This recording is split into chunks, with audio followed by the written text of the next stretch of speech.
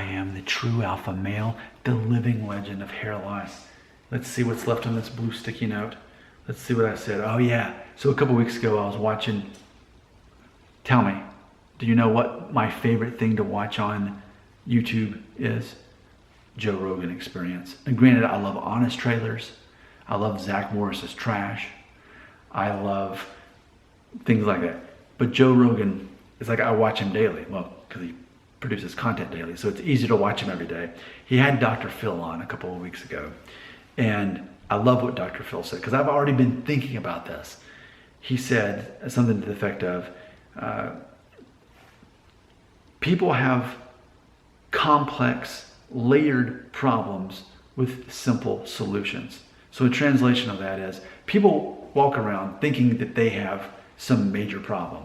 No, the solution to the problem is simple, but it's all the complexity that we've got to get through in their brain to get to that simple solution so they can see how simple it is. And yes, this is a video about hair loss, in case I didn't say hair loss enough. Hair loss, receding hairline, bald, I might go bald, Norwood, 2, 3, 4, hair transplant, whatever I'm supposed to say.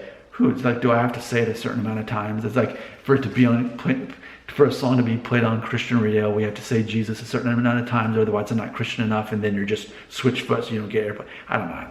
But ultimately, yes, this is a video about hair loss. I want to be very clear about that. But the way I live my life, I keep saying that it's not about you. People care about you when you care about them. That's what gives you value, is mattering to other people, by helping other people, by using your skill set and communication skills to be there for other people. That's why you're on this earth, is to help other people and not help yourself. Help yourself as much as you can, but always, if you're loving your neighbor as yourself, then really shouldn't you be really, in theory, more focused on them anyway? Maybe it's even going beyond loving your neighbor yourself. Maybe what if it were possible to love your neighbor more than you? If you spent more time focused on other people than yourself, imagine that. Back to the subject at hand though. Because the way I feel now is, because see, I'm no longer a person who needs confirmation from other people about my identity, what I'm good at, or anything like that. I'm not a person who needs sympathy from other people.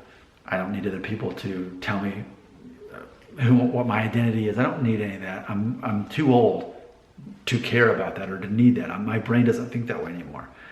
So for me, when I hear people talking about the problems, my initial thought is, well, that's an easy fix. But it's not that simple. Often you can't just tell people the simple solution to the problem, because they've got 7 layers of complexity: insecurity, false perceptions of reality, false perceptions of how other people perceive them, and an immature version of who they think they're supposed to be. All these layers that they have to get through before they can hear the simple solution. And I definitely, absolutely feel that hair loss is no difference than this. It's a classic case of, Nick, let me show you a picture of my hairline. I'm a big fan. Tell me if I'm balding. Now, if I were to, I will never respond to them, because it's weird and creepy, because I'm old enough to be their dad. That's weird, and I have no interest in that. But imagine if I did respond. What would they, and I said, hey buddy, yeah, how old are you, 18? Yeah, you're Norwood 3. And chances are you'll be Norwood 4 by your 23rd birthday, and you'll definitely be the guy who's bald on top by your late 20s. If I were to say that to him, what would he say? Nick, you gotta help me. What do I do? How do I keep my hair? Because see, he would be so focused on preventing hair loss or stopping hair loss. He thinks that's the simple solution, because he's got these 7 layers of insecurity, false perceptions of reality, etc., keeping him from getting to the actual thing that's going to help him. Which the simple solution is what? Say it with me. Shave your head right now. Take off the guard, make it a 0 guard, and just buzz it off. That's the first exercise in accepting that that's who you're likely going to be anyway. Take a look in the mirror. Well, I would say let people get used to seeing you like this, but this is coronavirus time, so are you really seeing anybody? But either way, get a glimpse of who you're going to be, who you were designed to be. Your DNA has the design that's going to determine that anyway. So yeah, you should obviously shave your hair off. It's a great symbolic exercise. that's going to help you face your fears instead of avoid them. It's a very simple solution. And then what do? If you can grow a beard, you grow the beard. It doesn't have to be massive, but grow some kind of 10-day-old stubble, whatever. And then what else do? Once the gyms start opening back up after COVID-19, you start going to the gym nearly every day. You change your diet to make sure you get enough protein and you not do the processed carbs, and make sure that your fat comes from mainly plant-based sources and not from sausage, from high fat in animals. Like, do the thing that is going to ultimately solve your problem. It'd be great to get a confidence boost on how you actually look and actually being healthy, but in the process you'll realize, oh, but now I'm a confident person. Well, that's all I really needed to begin with.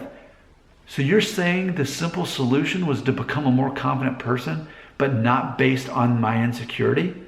But see, an illogical young man who doesn't have maturity or life experience does the opposite. He thinks, well, if I had hair, people would like me and I have respect from people and I have confidence. So imagine basing your identity and your confidence on the thing that makes you insecure. That's illogical. So Nick Shell, who can easily see the simple solution to other people's problems, thinks, no, don't base your value on the thing that makes you feel insecure. Get rid of the thing. Get rid of the hair. And if it's about your body, you work out. You take better care of your body. And you look more masculine, especially if you've got a beard now and you don't have hair and you've transformed yourself physically. A side effect of working out is that you become more confident in yourself and you feel better mentally and physically. So what would you rather have? Would you rather prevent going bald?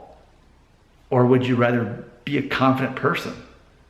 The correct answer is to be a confident person, but an immature person can't get there because they've got the 7 layers keeping them from there. That's the curse of being Nick Shell. Other people's problems are so easy to solve, but you're Nick Shell, so you don't have those 7 layers of separation like that other person does. That's part of what happens when you are nearly 40 and you gain all this life experience. You can help people easily, but most people aren't there yet. And it's a matter, if you're Nick Shell, of accepting that. They're just not there yet, which is why I remind so many of my viewers, when you're 35, you're not going to be watching my videos. You're going to outgrow them. Fortunately, you're only watching these because you're so young. This isn't about the severity of your hair loss. It's about your age. That's what it comes down to. I'll remind you, most of my viewers are under the age of 35, and most of my viewers are not bald. They're maybe Norwood 1, maybe Norwood 2, the majority, that's where they're at. But they fear going bald. You don't fear going bald as you get older because you figure out who you are. The problem you perceive can easily be solved. I've just explained it. But you've got 7 layers of self-imposed complications keeping you from getting to that truth. I accept that about you. You're not ready for the truth. You can't handle the truth. You're not old enough. It's not so much about your birthday, how old you are. It's that every year you live, you experience more failure and more success, and you take more risks that lead to more failure and more success. And when you are rejected that many times and you have that much success year after year, then you're able to suddenly wake up. And despite what some of my viewers say, you're able to wake up and say, wow, I don't care about hair loss. I'm not going to waste 10 minutes of my life 3 times a day watching Nick's videos. He's right. His videos about hair loss are pointless. He's been saying that for years, but I didn't listen to him. But it's because I wasn't there yet. He was right. I'm never going to watch Nick Shell again because that would be pointless. Nick Shell finally gets what he wants, and he's got 1 less viewer, 1 less subscriber. That's what Nick Shell actually wants. He wants to live the rest of his life not making money from hair loss videos. That's why he's constantly saying, please stop watching my videos. And let's face it, it doesn't matter if you subscribe or not. The fact that you're watching my videos is what's generating the income anyway. I dominate the news feeds on YouTube for receding hairline, Norwood, all of those key terms. I totally know that. I put that in the data, in the metadata. I know how to show up in that feed. I won't go away. Whether you subscribe or not never matters. What matters is you grow up to the point to realize my videos don't matter. Your hair doesn't matter. My hair doesn't matter. Our hair doesn't matter.